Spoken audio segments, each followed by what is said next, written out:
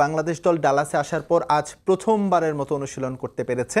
যদিও সেই অনুশীলনটা হচ্ছে ইনডোরে করেছে, কোনো গ্রাউন্ডে অনুশীলন করতে পারেনি। সেই জায়গা থেকে অনুশীলনটা হচ্ছে আসলে কতটা গুরুত্বপূর্ণ ছিল এবং সেই অনুশীলনটাই আমরা করতে পারলাম না, এই জিনিসটাকে হচ্ছে আসলে বিশ্বকাপের একেবারে শুরুর আগে কিভাবে দেখছেন? ম্যাচ খেলার আগে স্বাভাবিক যেটা সেটা হচ্ছে আউটডোরে প্র্যাকটিস করা, আউটডোর নেট হোক, সেন্টার উইকেট হোক, হোয়াটএভার, বাট আউটডোরে প্র্যাকটিস করাটাই হচ্ছে আইডিয়াল, ইনডোর মোটেই না।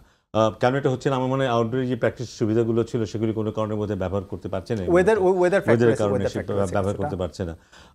যদি এটা আরও দু একদিন হয় তাহলে কিন্তু বাংলাদেশ দল ক্ষতিগ্রস্ত হবে। যে অবস্থায় দলটা আছে তাদের কিছুটা গুছিয়ে নেওয়া দরকার। কিছু কিছু ব্যাটসম্যান আছে বা কিছু কিছু বোলার আছে যারা চাইবে কিছু প্রপার টার্ফ উইকেটে ব্যাটিং বোলিং করার, যাতে নিজেদের কনফিডেন্সটা বা আস্থাটা যাদের কম আছে তারা যেন সেটা ফিরে পায়। বেশ কিছু গণমাধ্যমে জিনিসটা আলোচনায় উঠে এসেছে যে দল খারাপ করছে, ব্যাটসম্যানরা ফর্মে নেই বা হচ্ছে প্রত্যাশিত পারফরমেন্সে নেই। এই টাইমে হচ্ছে আসলে অনুশীলনটা বা নিজেকে হচ্ছে খুঁজে পাওয়ার যে বিষয়টা সেটা খুব বেশি জোর দিয়ে বা গুরুত্ব দিয়ে করা উচিত।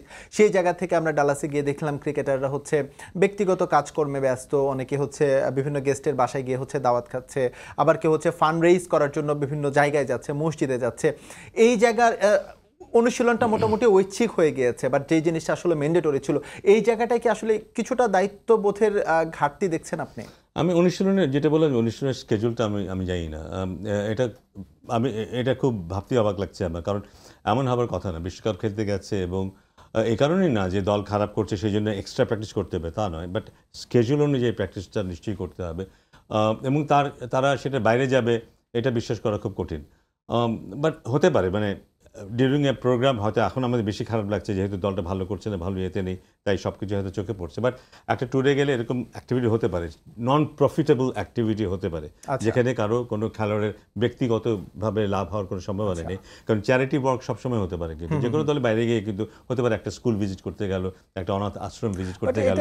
সিচুয়েশন মনে হয় কিছু না, জিনিসটা হচ্ছে যে অনেক সময় আমরা যদি ওইটাকেই বেশি চেপে ধরেই আমরা খারাপ খেলছি অতএব আমাদেরকে মুখ গোমরা করে রাখতে হবে, ঘরের ভেতরে বসে থাকতে হবে, it doesn't help. Sometimes এটা থেকে বেরিয়ে আসার জন্য কিছু করা দরকার। অনেক সময় হতে পারে যে আমরা নিজেরাও দেখেছি অনেক সময় এই কারণে টিমটা খুব খারাপ করছে এবং মনটা খুব ভালো নেই, চলো আমরা আজকে ওখানে যাই, ওখানে গিয়ে আমরা সবাই বসে আমরা একসাথে আড্ডা মারবো, খাবো, কিছু অন্য কিছু খেলবো, সো দ্যাট এই যে প্রেশারটা আছে সেটা কিছুটা হলো দূরে সরে যাবে।